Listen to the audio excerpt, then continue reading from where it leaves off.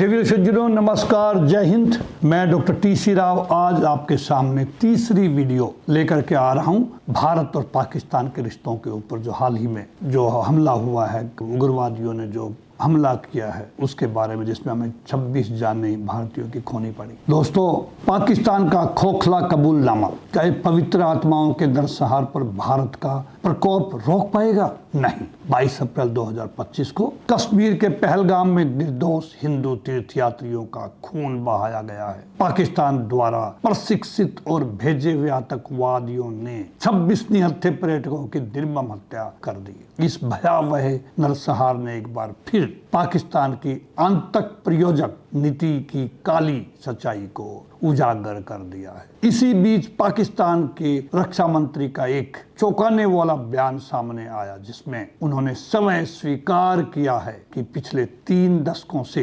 Pakistan America और यूरोपीय देशों को खुश करने के लिए आतंकवादियों को प्रशिक्षित, वित्तपोषित और निर्यात करता रहा है। लेकिन इसी सांस में उन्होंने पहलगाम हत्याकांड में पाकिस्तान की संलिप्तता से इनकार भी कर दिया। यह इकबालिया बयान दुनिया की आंखों में धूल झोंकने की नाकाम कोशिश है। यह पाकिस्तान की दोहरी नीति और पाखंड को उजागर करता है। अब बड़ा सवाल ये उठता है, क्या यह कबूलनामा पाकिस्तान को भारत की कठोर प्रतिक्रिया से बचा पाएगा, या फिर ये भारत को और भी अधिक मजबूत कारण देगा पाकिस्तान को सख्त सजा देने के लिए? आइए इस अध्याय में हम गहराई से समझते हैं कि यह कबूलनामा भारत के लिए क्या मायने रखता है और क्यों पाकिस्तान को उसकी सजा अवश्य भुगतनी चाहिए। पाक रक्षा मंत्री का चौंकाने वाला कबूलनामा। पाकिस्तान के उच्चतम रक्षा पदाधिकारी ने पहली बार खुलेआम स्वीकार किया है कि पिछले 30 वर्षों से पाकिस्तान आतंकवादियों को प्रशिक्षण दे रहा था और उन्हें विश्व भर में भेज रहा था। कबूलनामा का समय और उद्देश्य। यह कबूलनामा अचानक नहीं है। यह पाकिस्तान की सोची समझी रणनीति है कि वह अपने ऊपर बढ़ते वैश्विक दबाव को कम कर सके और खुद को एक पीड़ित देश के रूप में प्रस्तुत कर सके। पहलगाम हत्याकांड में संलिप्तता से इनकार नहीं कर सकता। एक और आतंकवाद का कबूलनामा, दूसरी और हालिया हत्याओं से खुद को अलग करना। यह पाकिस्तान की आदत बन चुकी है कि वह अपराध स्वीकारते हुए भी अपनी जिम्मेदारी से बच निकले और उसकी कोशिश करे। भारत की कूटनीतिक ताकत अब और मजबूत हो गई है। अब भारत के पास अंतर्राष्ट्रीय मंचों जैसे संयुक्त राष्ट्र संघ, G20, SCO पर पाकिस्तान को आतंक समर्थक देश घोषित कराने का पक्का सबूत और नैतिक अधिकार है। वैश्विक प्रतिक्रिया की अग्नि परीक्षा अब है।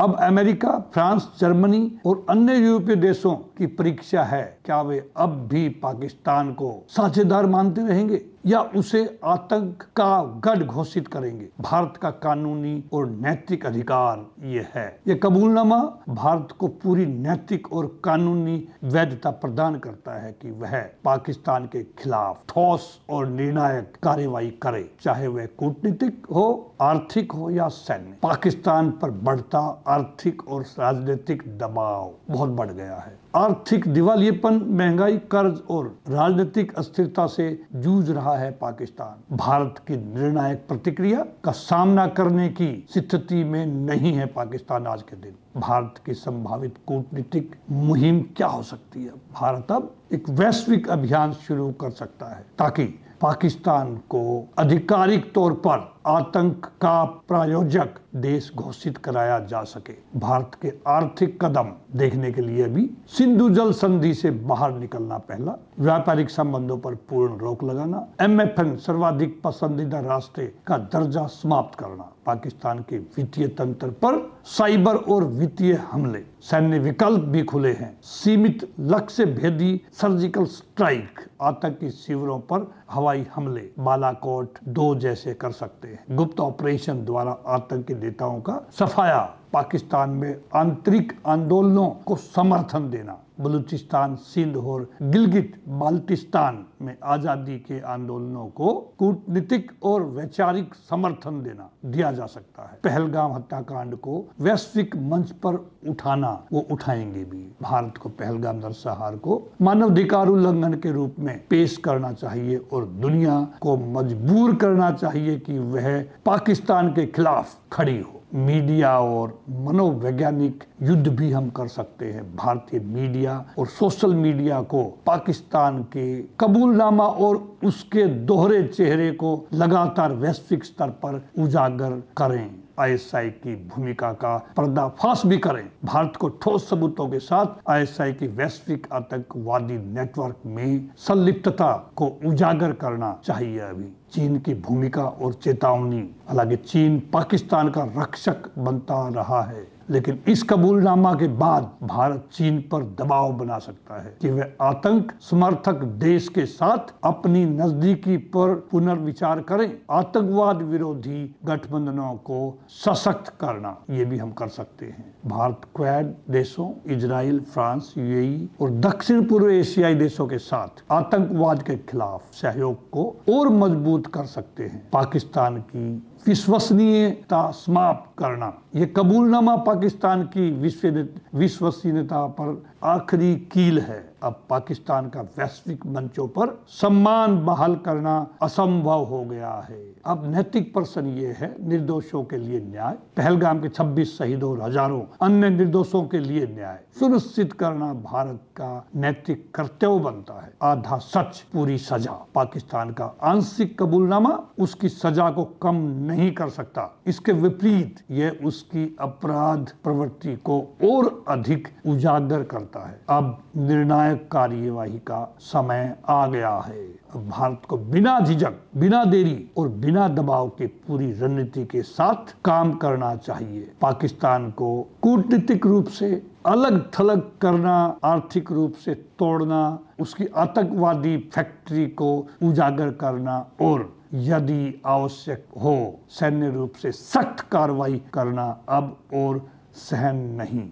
अब न्याय का समय है। पाकिस्तान के रक्षा मंत्री का कबूलनामा कोई पश्चाताप नहीं है, ये एक सोची समझी चाल है वैश्विक सहानुभूति बटोरने की, और कोई विकल्प नहीं उनके पास में। परंतु अब बहुत हो चुका है। पहलगाम की त्रासदी नई है, घाव ताजे हैं और आंसू सूखे नहीं है। भारत को इस अवसर को इतिहास में एक निर्णायक मोड़ बनाना चाहिए। यह कबूलनामा भारत के लिए एक अवसर है पाकिस्तान को कूटनीतिक, आर्थिक, राजनीतिक और सैन्य स्तर पर घुटनों पर लाने का। पहलगाम के निर्दोषों के लिए भारत को न्याय दिलाना ही होगा, और यह न्याय तब मिलेगा जब पाकिस्तान अपने पापों की पूरी कीमत चुकाएगा। अब दुनिया को भी समझना होगा पाकिस्तान को नजरअंदाज करना अब मानवता के खिलाफ अपराध है। भारत को इस लड़ाई का नेतृत्व करना चाहिए, निडर होकर करना चाहिए, संगठित होकर करना चाहिए और पूरी ताकत के साथ। दोस्तों, पूरा विपक्ष आज सरकार के साथ है। हमारा नेतृत्व बहुत मजबूत है, जिन्होंने कठोर निर्णय लेने की क्षमता है, श्री नरेंद्र मोदी जी। मुझे उम्मीद है कि हम पूर्व सैनिकों को, सेना के जवानों को नरेंद्र मोदी जी निराश नहीं करेंगे। हो गया बहुत छुटपुट के अटैक सहन कर लिए, बहुत छुटपुट की लड़ाई चलती रही, क्रॉस बॉर्डर फायरिंग होती रही। अब समय आ गया है पाकिस्तान को नक्शे से खत्म करना, उसके 4 टुकड़े करना और पीओके को वापस लेना, जो एक बहुत सरदर्द बना हुआ 1947 के बाद में। इसी के साथ में दोस्तों, नमस्कार, जय हिंद। मैं एक और वीडियो नए हालातों पे लेकर के आऊंगा। ऐसे ही आपके सामने मैं ये मुद्दे रखता रहूंगा आपकी जानकारी के लिए, आपके नॉलेज के लिए। आप भी भारत के नागरिक, आपकी जिम्मेवारी बनती है सरकार के साथ खड़ा होना, देश के लिए अपनी सलाह देना, अपना आक्रोश जाहिर करना। इसी के साथ में नमस्कार, जय हिंद।